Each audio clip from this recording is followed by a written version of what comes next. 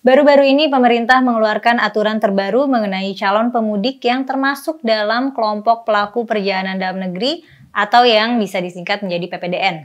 Apa saja aturannya dan bagaimana sistem arus mudik di tahun ini? Simak selengkapnya bersama aku Mela hanya di Headline.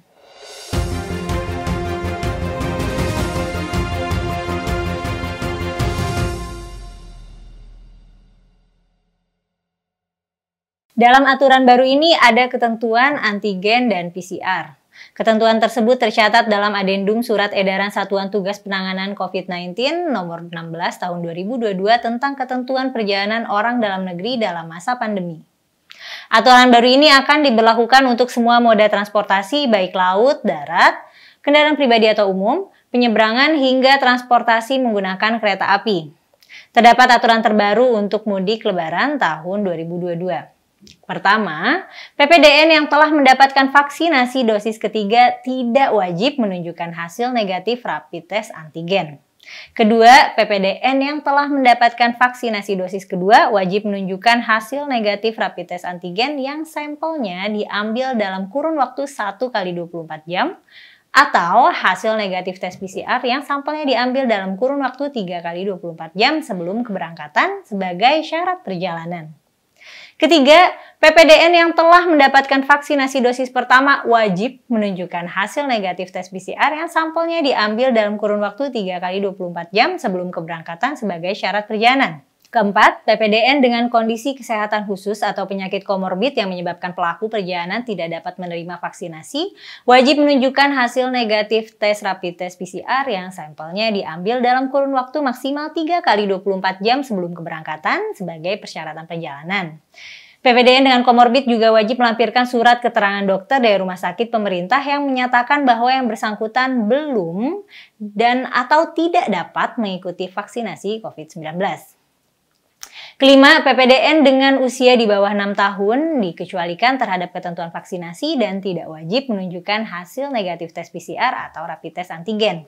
Namun, wajib melakukan perjalanan dengan pendamping perjalanan yang telah memenuhi ketentuan vaksinasi dan pemeriksaan COVID-19 serta menerapkan protokol kesehatan secara ketat. Oke, ketujuh, yang terakhir, PPDN dengan usia 6 hingga 17 tahun yang telah menerima vaksin dosis kedua dikecualikan terhadap kewajiban menunjukkan hasil negatif rapid test antigen, namun wajib melampirkan kartu atau sertifikat vaksin dosis kedua. Puncak arus mudik Lebaran diperkirakan akan terjadi pada tanggal 28 hingga 30 April 2022 mendatang. Pemerintah mengimbau kepada masyarakat agar mudik sebelum periode tersebut, karena diperkirakan akan ada sebanyak 85 juta orang melakukan perjalanan mudik ke kampung halaman pada Lebaran tahun ini.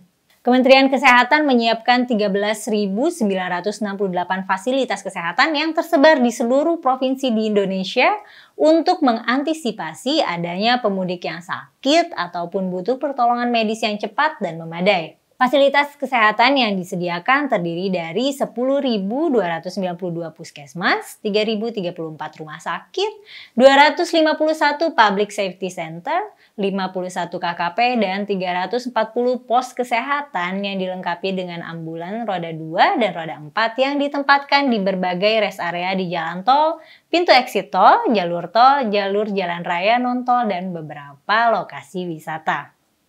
Selain menyiapkan pos kesehatan di sepanjang jalur mudik, Kemenkes juga mendorong masyarakat yang akan mudik Lebaran untuk segera mendapatkan vaksinasi booster COVID-19.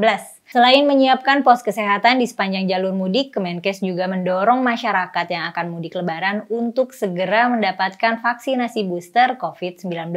Juru bicara vaksinasi COVID-19 Siti Nadia Tarmizi menuturkan bahwa sampai saat ini lebih dari 392 juta dosis vaksin COVID-19 telah diberikan kepada 60% total populasi di Indonesia. Capaian sasaran untuk dosis pertama telah mencapai 73,36% dan dosis kedua mencapai 60,25% dari total populasi Indonesia. Sementara itu, cakupan vaksinasi dosis ketiga masih relatif rendah. Menurut laporan yang ada, dari 34 provinsi di Indonesia, baru 9 provinsi yang sudah mencapai 30% cakupan vaksinasi booster. Sementara sisanya masih di bawah 30%. Dan untuk sistem arus mudik pada tahun ini diberlakukan sistem satu arah atau one way. Kakor Lantas Polri Irjen Firman Setiabudi menjelaskan sistem satu arah atau one way ini akan diberlakukan serentak dengan kebijakan ganjil genap. Aturan ganjil genap mudik 2022 diberlakukan dengan pertimbangan bahwa dari kapasitas jalan tol normal tidak dapat menerima tambahan beban 47% pemudik yang akan menggunakan jalur darat bersamaan. Kebijakan satu arah ini berlaku di jalan tol dimulai dari kilometer 47 tol Jakarta Cikampek hingga kilometer 313 gerbang tol Kalikangkung. Nantinya, jalur B yang biasanya digunakan untuk kendaraan ke Jakarta pada jalur Jakarta Cikampek akan dimanfaatkan untuk menuju ke arah Jawa Tengah dan sekitarnya. Penerapan sistem one way dan ganjil genap selama arus mudik Lebaran 2022 diberlakukan bagi seluruh kendaraan. Akan tetapi, ada pengecualian bagi kendaraan tertentu. Berikut ini daftar kendaraan yang tidak kena ganjil genap selama masa mudik Lebaran 2022 yang diinformasikan lewat akun Instagram Divisi Humas Polri Kendaraan Pimpinan Lembaga Negara Republik Indonesia. Pertama, kendaraan pimpinan Lembaga Negara Republik Indonesia. Kedua, kendaraan pimpinan dan pejabat negara asing, serta lembaga internasional yang menjadi tamu negara. Ketiga, kendaraan dinas dengan tanda nomor kendaraan bermotor dinas berwarna dasar merah dan atau nomor dinas TNI Polri. Keempat, kendaraan pemadam kebakaran.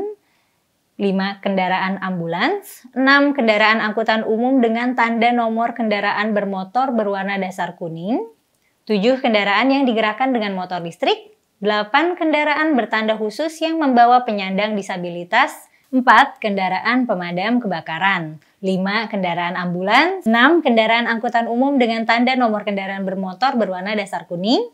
7. Kendaraan yang digerakkan dengan motor listrik. 8. Kendaraan bertanda khusus yang membawa penyandang disabilitas. 9. Kendaraan untuk kepentingan tertentu dengan pengawalan Polri.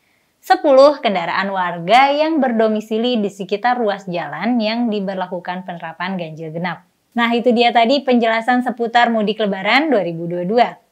Kalian pada mudik juga nggak? Jangan lupa jaga kesehatan, keamanan, dan pastikan sudah vaksin terlebih dahulu ya. Jangan lupa like dan share video ini, subscribe juga channel YouTube Geolife dan nyalain lonceng notifikasi supaya nggak ketinggalan video selanjutnya. Terima kasih sudah menonton sampai habis, sampai jumpa di episode headline berikutnya.